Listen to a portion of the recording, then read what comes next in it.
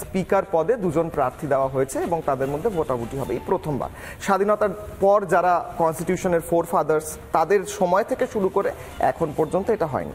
তা ইন্ডি জোট বা তৃণমূল কংগ্রেস এর আগেও আমরা দেখেছি স্বাধীনতার পর অনেক কিছু পরিবর্তন করেছে, অনেক নিয়ম ভেঙে অনেক ট্র্যাডিশন ভেঙে বেরিয়ে এসেছে। তার মধ্যে এই রাজ্যে অনেক ঘটনা ঘটছে, যেমন একজন তৃণমূল নেত্রীরই স্বামীকে চাকরি ফিরিয়ে দেওয়ার জন্য তৃণমূল নেত্রীকে বলা হচ্ছে যে আপনি তৃণমূল নেতাদের সঙ্গে শয্যা গ্রহণ করুন। তখন আমি ভাবছিলাম যে আমি যদি তৃণমূল আমলে সরকারি চাকরি পেতে চাই আমাকে কার সাথে শয্যা গ্রহণ করতে হতে পারতো। যাই হোক, সেই দিকে নেই, আমি এখন সাংবাদিকতা করছি। আমার প্রশ্ন হচ্ছে এই যে পরম্পরাটা ভাঙছে বা এই যে স্বাধীনতার পর এই প্রসপেক্ট যেটা এতদিন ধরে হয়ে সেই ট্র্যাডিশন সেটা ভেঙে যাচ্ছে, সেইটা হেলদি ডেমোক্রেসি, সেটাও হেলদি ডেমোক্রেসির সাইন। তো এতদিন হেলদি ডেমোক্রেসি ছিল না স্বাধীনতার পর, এখন তৃণমূল কংগ্রেস এসে হেলদি ডেমোক্রেসি এস্টাবলিশ করলো। ডেমোক্রেসিটা লোপ পেতে বসেছিল, এটা আমার অভিমত, ব্যক্তিগত অভিমত। স্বাধীনতা থেকে এখন পর্যন্ত ডেমোক্রেসিটা লোপ পেতে বসেছিল এই নরেন্দ্র মোদী সরকারের একটা একা চলার মনোভাবটা, কেউ থাকুক না থাকুক তুড়ি বাজিয়ে সরকার চালাবো এরকম একটা মনোভাবের মধ্যে মনে হচ্ছিল যে হেলদি ডেমোক্রেসিটা লোপ পেতে বসেছে। ভারতীয় জনতা পার্টিকে দেখে মনে হচ্ছিল যে হেলদি ডেমোক্রেসিটা লোপ পেয়ে যেতে বসেছে। কখন বলুন তো? যখন কথা নেই বার্তা নেই, সর্বানন্দ সোনোয়ালকে সরিয়ে দিয়ে হেমন্ত বিশ্ব শর্মা কখনো মুখ্যমন্ত্রী হয়ে যায়, কখনো কথা নেই বার্তা নেই একজন কোনো একনাথ শিন্দে হঠাৎ মুখ্যমন্ত্রী হয়ে যান, একজন প্রাক্তন মুখ্যমন্ত্রী দেবেন্দ্র ফডনভিস থাকা সত্ত্বেও তাকে ডেপুটি চিফ মিনিস্টার করা হয়।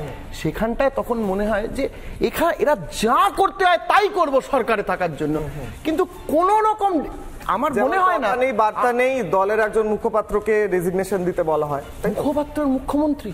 না না, মুখ্যমন্ত্রীর কথা বলছি না, না এটা কোনো তুলনা হলো। আমি বলছি একটা পার্টির আভ্যন্তরীণ গণতন্ত্র নেই যে দলের, পার্টির আভ্যন্তরীণ গণতন্ত্র নেই যে দলের কথাই বলছি। রাজপুত্র করছে কিনা বাইরের দলের অপোজিশনের রাজপুত্র আভ্যন্তরীণ গণতন্ত্রের কথাই বলছি। একজন মুখপাত্র, আমি তোমার গায়ে লাগছে কেন, আমি তোমার কথা বলছি না, আমি একটা এক্সাম্পল দিলাম। ধরো একটা দলের মুখপাত্র রয়েছে, সে দলের হয়ে সারাদিন কথা বলেন, কিন্তু তার কোনো একটা কথা দলের পছন্দ হলো না, তাকে বলা হলো আপনি রেজিগনেশন দিন, আপনার সমস্ত পদ ছেড়ে দিন। এইটাও আভ্যন্তরীণ গণতন্ত্রের পক্ষে সুখকর এবং স্বাস্থ্য। রাজপুত্রর ভাষায় এটা হেলদি ডেমোক্রেসি। উত্তরটা দিয়ে প্রথমত কোন মুখপাত্রের সঙ্গে মুখ্যমন্ত্রীকে তুলনা করতে রাজি নই। নিজেদের কাজ করছেন, না না তুলনাটা তখনই টেনে আসছে, মধুকল্পিতা তখনই এটা চলে আসছে, তুলনাটা চলে আসছে যখন মুখ্যমন্ত্রীর কথা বলছি। না কেন রাজপুত্র তুলনা হয় না? কেন রাজপুত্র মুখপাত্র কি কোনো একজন মুখপাত্র কি রাজপুত্র কেন কম্পারিজন হয় না? না, সরকারি অশোক স্তম্ভ না পান প্রতিনিধি নন। রাজপুত্র, তুমি দলের আভ্যন্তরীণ গণতন্ত্রের কথা বলেছো, আমি দলের আভ্যন্তরীণ গণতন্ত্রের জায়গা থেকে দাঁড়িয়ে দলের আভ্যন্তরীণ গণতন্ত্র যারা রক্ষা করেন তার মধ্যে একজন গুরুত্বপূর্ণ হচ্ছেন সেই দলের মুখপাত্র, কারণ গোটা দেশ গোটা পৃথিবীকে তারা দলের পজিশনটা বলেন, সেখানে দাঁড়িয়ে অশোক স্তম্ভ পাবেন কিনা সেটা আগে প্রয়োজন হচ্ছে সেই দল আদৌ সঠিক জায়গায় আছে কিনা সেটা মুখপাত্রই ডিসাইড করেন এবং বলেন। পুটিং এর ট্যানজেন্ট ইজ অ্যাবসলিউটলি রাইট। আমার কাছে কথা হচ্ছে যে এই জায়গায় বলছেন, এই জায়গায় আমি তারপর রাজাগোপাল বাবুর কাছে যেতে হবে এই প্রশ্নটার উত্তরটা।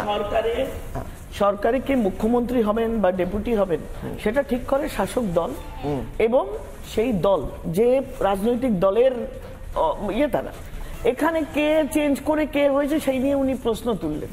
আর তাহলে আমি বলবো আজকে যে স্পিকারের ইলেকশন হচ্ছে 26 তারিখ, প্রথমবার ভারতবর্ষের ইতিহাসে, এটা কিসের স্বার্থে হচ্ছে? এটা কি শাসক দলের স্বার্থে? এটা কি ভারতবর্ষের সাথে? শুধুমাত্র ক্ষমতা দখল, শুধুমাত্র নিজের ক্ষমতা কুক্ষিগত এবং কে বড় এই জিনিসটা দেখানোর জন্য ওদের মধ্যে মারামারি কাটাকাটি শুরু হয়ে গেছে। কোনো নীতি নেই, কোনো রাষ্ট্রবাদ নেই, দেশের উন্নতি নেই, মানুষের ভালো নেই, কোনো কিছুতে আমি বড়, আমি করব।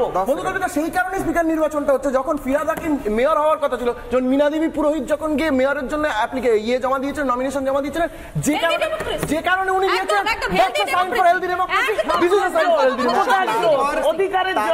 দেখেছিলাম। তারপর আমরা দেখেছিলাম মীনা দেবী পুরোহিত একই কথা বলেছেন।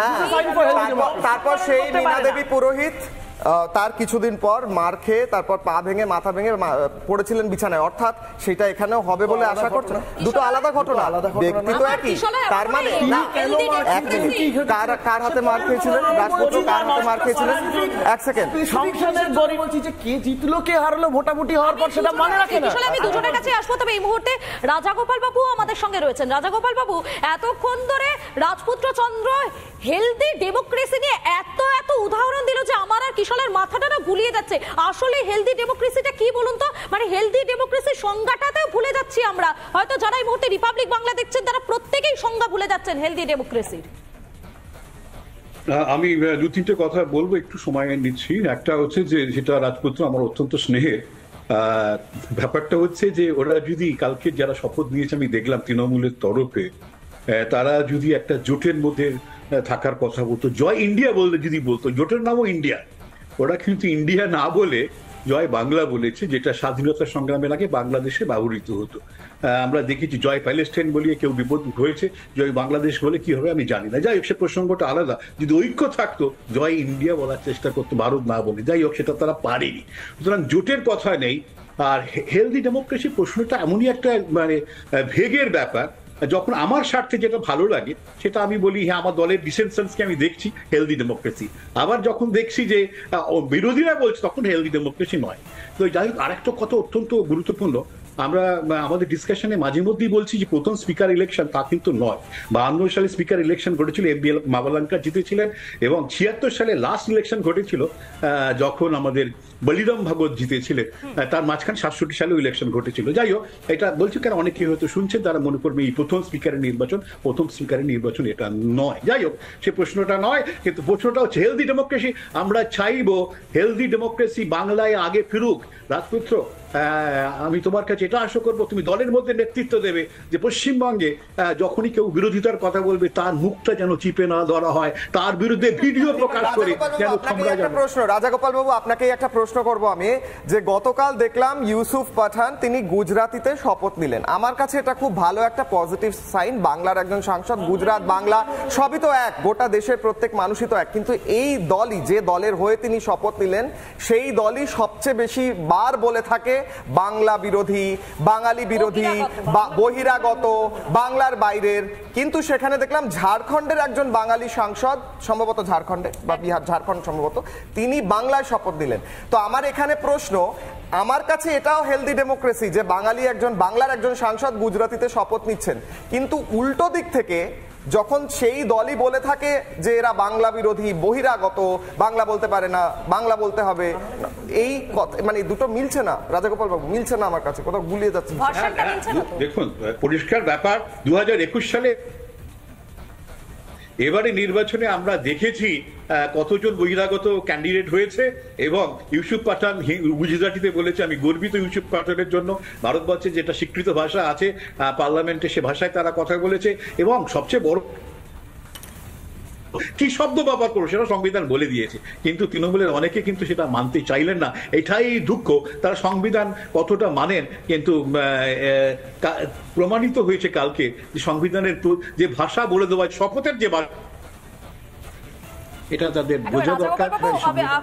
আবারও আসবো আপনার কাছে, সুকান্ত বাবু রয়েছেন এই মুহূর্তে কিশোর, একবার সুকান্ত বাবুর কাছে খুব ছোট্ট করে চলে যাবো। সুকান্ত বাবু, আমরা যে ছবিটা দেখতে পাচ্ছি, বর্তমানে যে ছবিটা দেখতে পাচ্ছি, তাতে দেখা যাচ্ছে রাজপুত্র চন্দ্র তিনি যে দলের সঙ্গে যুক্ত, তারা স্বপ্ন দেখছেন দেশ চালানোর, তারা স্বপ্ন দেখছেন মানুষের পাশে দাঁড়ানোর। কিন্তু প্রশ্ন হচ্ছে যে তারা যে স্বপ্নটা দেখছেন সেটা তারা কিভাবে পূরণ করবেন বলুন তো? কেননা যদি ঐক্যটাই না থাকে, একটা স্পিকার নির্বাচনের প্রার্থী দেওয়া, সেই প্রার্থী দেওয়া নিয়ে দলের মধ্যে এত মতবিরোধ, তাহলে তারা যদি সরকারে আসেন, তারা যদি সরকারটাকে চালান, কিভাবে চলবে বলুন তো?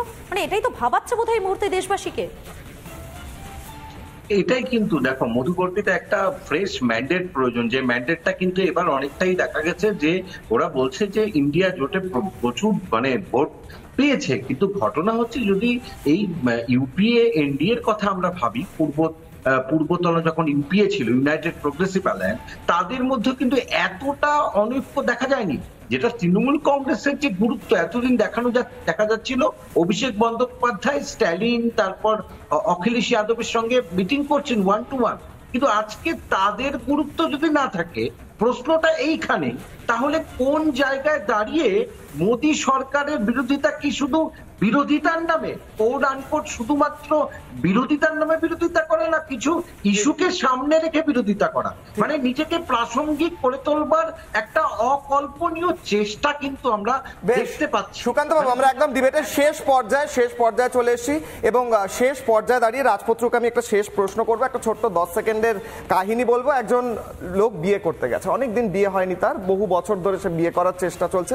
একজন কন্যা খুঁজে পেয়েছে, সেই কন্যার একমাত্র চাহিদা ছিল যে স্বামী হবে তাকে পুরো হেলদি হতে হবে, তাকে কোনোভাবে তার শারীরিক কোনো মানে খামতি থাকা চলবে না। কিন্তু এই যে ভদ্রলোক, তার পেটের অসুখ ছিল। যেদিন সে বিয়ে করতে যাচ্ছে অনেক ওষুধ খেয়ে গেছে যাতে বিয়েটা হয়ে যায়, কিন্তু শেষ মুহূর্তে গিয়ে এত ওষুধ খেয়েও পেটের খামতিটা সে ঢেকে রাখতে পারলো না। হঠাৎ করে গোটা ভরা সবাই যখন বিয়ে চলছে তখন হঠাৎ করে বায়ু, এবং সেই বিয়েটা ভেঙে গেল, বেচারা ফিরে আসতে হলো।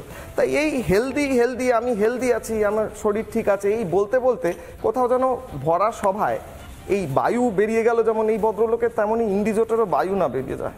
বায়ুটা বেরিয়েছে এনডিএ, কারণ ইউপি নিয়ে যাদের এত অহংকার, যে প্রাদেশিক দল, না ঠিকই তো, না ওনার প্রশ্নটা করলো, আমি তার উত্তর দিচ্ছি। এনডিএর বায়ু বেরিয়ে গেছে, যে ইউপির উপর বেশ করে এত অহংকার ছিল, সে যে রাম মন্দিরের উপর বেশ করে এত অহংকার ছিল, সেই রাম মন্দিরই উত্তর দিয়েছে।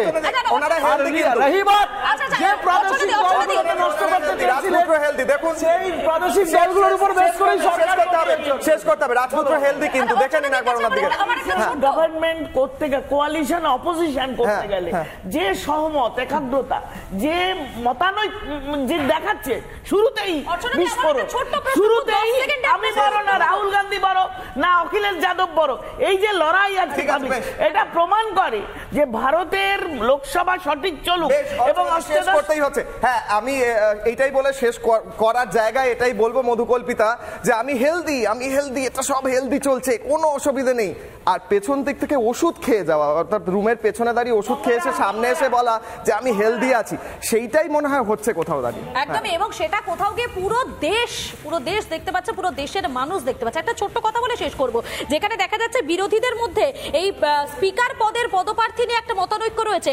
কোথাও গিয়ে রাজপুত্ররা বারবার এনডিএ করছে, এনডিএর মধ্যে কিন্তু স্পিকার পদের পদপ্রার্থী নিয়ে কোনো মতানৈক্য নেই। ঠিক, একদম এখানেই শেষ করতে হবে। এবং আজকের চা আড্ডার খবরে আলোচনা করলাম স্পিকার পদ নিয়ে মতানৈক্য, এবং তার ফলে এই মুহূর্তে দাঁড়িয়ে দেশের রাজনীতি। 11টার সময় স্পিকার পদে নির্বাচন হবে, কি হবে সেই দিকে নজর থাকুক, দেখতে থাকুন রিপাবলিক বাংলা।